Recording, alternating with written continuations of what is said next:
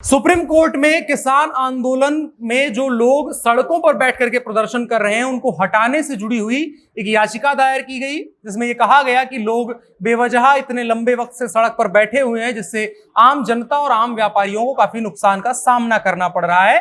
ऐसे में कोर्ट को इस मामले में दखल देना चाहिए और इन लोगों को हटा देना चाहिए। इस पर कोर्ट ने कहा कि प्रदर्शन करने का कानून के हिसाब से सबको अधिकार है, लेकिन सड़क जाम करने का किसी को अधिकार नहीं है। कोर्ट इससे पहले भी ये टिप्पणी कई बारी कर चुका है, कई याचिकाओं की सुनवाई करते हुए, जिसके बाद हुआ कि किसान नेता राकेश टिकैत ने खुद कई जगहों पर बैरिकेड हटाने का कहा ये पुलिस जानबूझ करके कर रही है। इसी के इर्द गिर्द आज की बड़ी खबर में हम जनता जंक्शन शो के तहत बात करेंगे, जिसमें ये भी बात करेंगे कि किसानों के सड़क पर हो रहे प्रदर्शन के कारण कितना नुकसान हुआ है, कितना लोगों को असुविधाओं का सामना करना पड़ा है। तमाम चीजों के इर्द गिर्द आज बात करेंगे। नमस्कार, मेरा नाम है अनुराग मिश्रा और शुरू हो चुका है हमारा रोजनामचा जनता जंक्शन शो। बात करेंगे आज बड़ी खबर में किसान आंदोलन के बारे में, लेकिन उससे पहले खबरें इन शॉर्ट। सबसे पहली खबर एक खुशखबरी है। प्रधानमंत्री नरेंद्र मोदी ने ट्वीट करके जानकारी दी है कि आज के दिन भारत 100 करोड़ वैक्सीन का डोज लगा चुका है। भारत के लोगों को 100 करोड़ वैक्सीन की डोज लग चुकी है। हालांकि अभी 100% वैक्सीनेशन से यह आंकड़ा बहुत दूर है। अभी जितना सफर तय किया गया है उतना ही सफर 100% वैक्सीनेशन को हासिल करने में चलना है अभी। और आज सोशल मीडिया पर बाबा रामदेव ट्रोल हो गए। साल 2012 का उनका एक ट्वीट था जिसमें वो लिख रहे थे कि काला धन वापस आएगा, भाजपा सरकार आएगी तो पेट्रोल 30 रुपए में मिलेगा।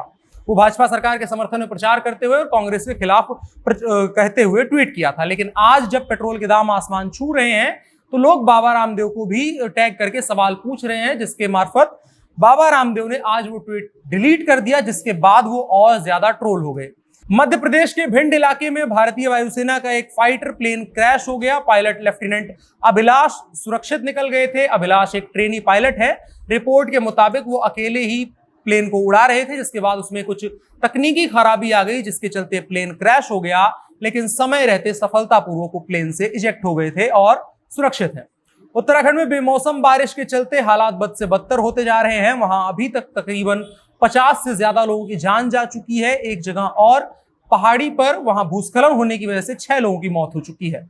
और उत्तराखंड की बाढ़ का पानी उत्तर प्रदेश के कुछ इलाकों में भी घुस रहा है। नदियां उफान पर आ गई हैं, जिसके चलते किसानों की फसलें पूरी तरह बर्बाद हो गई हैं, जिनके नदियों के किनारे खेती करने वाले किसान थे। इन शॉर्ट इतने ही। अब बढ़ चलते हैं दिन की बड़ी खबर की तरफ। आज की बड़ी खबर है किसान आंदोलन से जुड़ी हुई। सुप्रीम कोर्ट ने किसान आंदोलन को लेकर के बेहद तल्ख टिप्पणी करी है। सुप्रीम कोर्ट ने कहा है कि देश में किसी भी विरोध का अधिकार है, लेकिन सड़कें ब्लॉक नहीं कर सकते हैं। सुप्रीम कोर्ट की एक बेंच जिसमें जस्टिस एसके कौल और सीटी रवि कुमार शामिल थे, वो किसान संगठनों से सड़कों पर हो रहे विरोध जो कर रहे हैं उनमें से किसानों को हटाने वाली मांग वाली याचिका की सुनवाई कर रहे थे। बेंच ने सवाल करते हुए पूछा कि क्या किसानों को सड़क जाम करने का अधिकार है। इस पर संयुक्त किसान मोर्चा ने जवाब दिया कि सड़क प्रबंधन पुलिस के द्वारा किया जाना चाहिए। अगर पुलिस सड़क प्रबंधन नहीं कर रही है तो हमको रामलीला मैदान में या जंतर मंतर में विरोध करने की अनुमति दे दी जाए, हम सड़कें छोड़ करके चले जाएंगे। फिलहाल देश के अलग अलग हिस्सों में किसान प्रदर्शन कर रहे हैं। सरकार और किसान दोनों ही अपने अपने बात पर टिके हुए हैं। सरकार किसान बिल को वापस लेने के बारे में नहीं सोच रही है और प्रदर्शनकारी प्रदर्शन को वापस नहीं लेने के बारे में सोच रहे हैं। उनका कहना है कि सरकार जब तक बिल वापस नहीं लेगी तब तक वो लोग सड़कों पर डटे रहेंगे, सड़कों से नहीं हटेंगे। इससे पहले भी जब एंटी-सीए प्रोटेस्ट चल रहा था तब भी दिल्ली के कुछ इलाकों में प्रदर्शनकारी जहां तहां बैठ गए थे और उन जगहों को किसी भी कीमत पर छोड़ने के लिए तैयार नहीं थे। हालांकि एक लंबे वक्त के बाद प्रदर्शन खत्म हो गया। देश में कोरोना का संकट आ गया, जिसके बाद एंटी-सीए प्रोटेस्ट खत्म हो गया।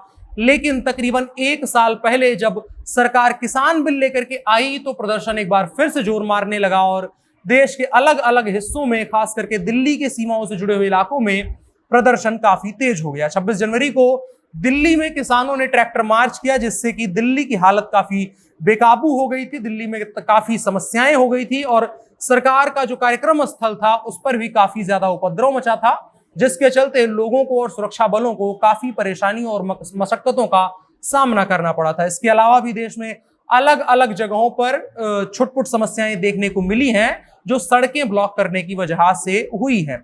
जहां भी प्रदर्शन किसान कर रहे हैं वहां पर ऐसी समस्याएं देखने को मिल रही हैं। वहां के रहने वाले लोग अदालतों के और आसपास के पुलिस थानों के दरवाजे खटखटा रहे हैं कि बेवजह लोग सड़कें ब्लॉक करके बैठे हैं और आम जनजीवन में इससे काफी तकलीफ का सामना करना पड़ रहा है। अदालत कई बार ये साफ शब्दों में कह चुकी है कि किसानों को या किसी भी आदमी को प्रदर्शन करने की कानून के तहत पूरी छूट है, लेकिन सड़कों को ब्लॉक करने का कोई भी अधिकार नहीं है। ऐसे में ये जिम्मेदारी पुलिस प्रशासन के ऊपर आती है कि पुलिस प्रशासन हर हालत में स्थिति को नियंत्रण में रखे और सड़कों को धारा प्रवाह चलने दे। लेकिन पुलिस के सामने भी जो मजबूरी सामने आती है वो ये है कि सिर्फ कहने से प्रदर्शनकारी हटते नहीं हैं, और अगर कहने से नहीं माने तो पुलिस को हल्का फुल्का बल प्रयोग करना पड़ता है। और अगर पुलिस बल प्रयोग करती है तो उसके बाद पुलिस के ऊपर जो आरोपों का सिलसिला शुरू होता है वो रुकता ही नहीं है। और साथ ही पुलिस अगर बल प्रयोग करेगी तो जाहिर है दूसरी तरफ से भी जवाब आएगा। हमने देश के अलग अलग हिस्सों में इसका नमूना देखा है, जिससे कि एक बहुत बड़ी हिंसा की शुरुआत हो सकती है, जिसके चलते पुलिस भी बल प्रयोग करने से कतराती है। जहां भी लोग साधारण बातचीत से मान जाते हैं वहां सड़कें खाली हो जाती हैं, लोग आराम से आने जाने लगते हैं, और जिन जगहों पर प्रदर्शनकारी नहीं मानते हैं वहां पुलिस उनको हटाने के बजाय कोई अल्टरनेट रास्ता निकालने की कोशिश करती है। एक आंकड़े के मुताबिक किसानों के द्वारा अब तक तकरीबन 1 साल के दरमियान रास्ते बंद किए जाने की वजह से अभी तक व्यापारियों और व्यापार जगत को कम से कम 30,000 करोड़ का नुकसान हो चुका है।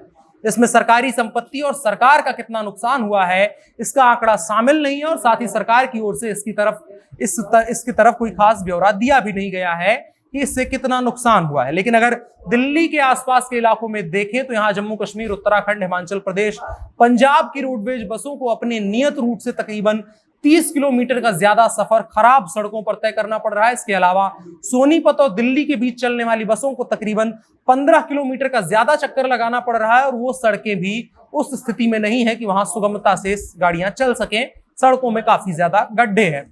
इसके अलावा सोनीपत से कश्मीरी गेट जाने के लिए जो रास्ता 1.5 घंटे का था उसमें तकरीबन 1.5 घंटे का और इजाफा हो गया है। वो अब यात्रा 3 घंटे की हो चुकी है, जिससे साफ है कि 2 गुना तेल का नुकसान हो रहा है, वक्त का नुकसान हो रहा है।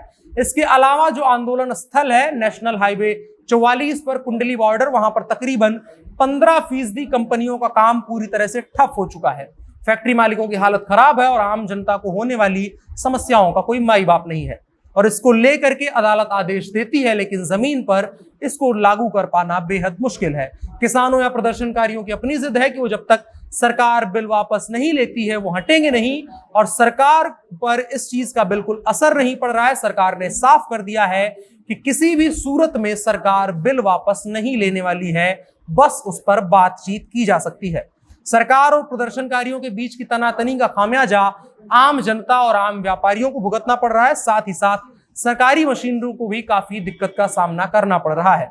देखने वाली बात होगी कि दोनों पक्षों की जिद का खामियाजा आम जनता और आम व्यापारियों को कब तक भुगतना पड़ेगा। फिलहाल जो हमने शुरुआत में चर्चा करी थी कि सुप्रीम कोर्ट में किसानों को हटाने को लेकर के याचिका दायर की गई है, उस पर कोर्ट ने किसान संगठनों से 7 दिसंबर तक जवाब दाखिल करने को कहा है।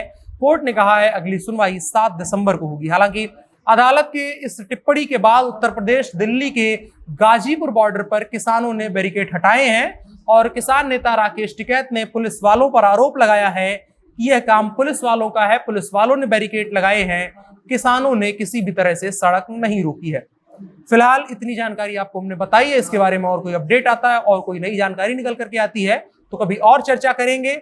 अब बढ़ चलते हैं आज के कानून के हिस्से में। आज के कानून के हिस्से में हम आपको कोई ताजी कानूनी खबर या कोई फैसला नहीं बताएंगे, बल्कि 5 ऐसे कानून बताएंगे जो अजब गजब हैं, और ये हमको ओम प्रकाश जी ने बताया है कि आज के कानून के कार्यक्रम में यह बताया जाए।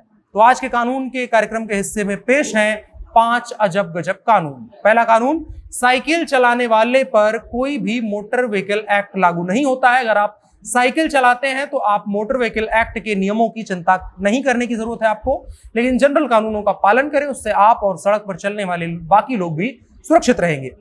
दूसरा कानून है, अगर आपके ऊपर ट्रैफिक नियमों के उल्लंघन की वजह से दिन में एक बार जुर्माना लग गया है, चालान कट चुका है, तो दिन भर उसी ट्रैफिक नियम का उल्लंघन आप करते रहेंगे, तब भी आपके ऊपर कोई जुर्माना नहीं लगेगा। हालांकि ट्रैफिक नियमों का पालन करना चाहिए। अगर पति पत्नी के बीच सेक्स संबंध अच्छे नहीं है तो दोनों इस वजह से तलाक ले सकते हैं। इसको तलाक के सबूत के तौर पर इस्तेमाल किया जा सकता है। हालांकि इस कानून में काफी ज्यादा कॉन्ट्रडिक्शंस है।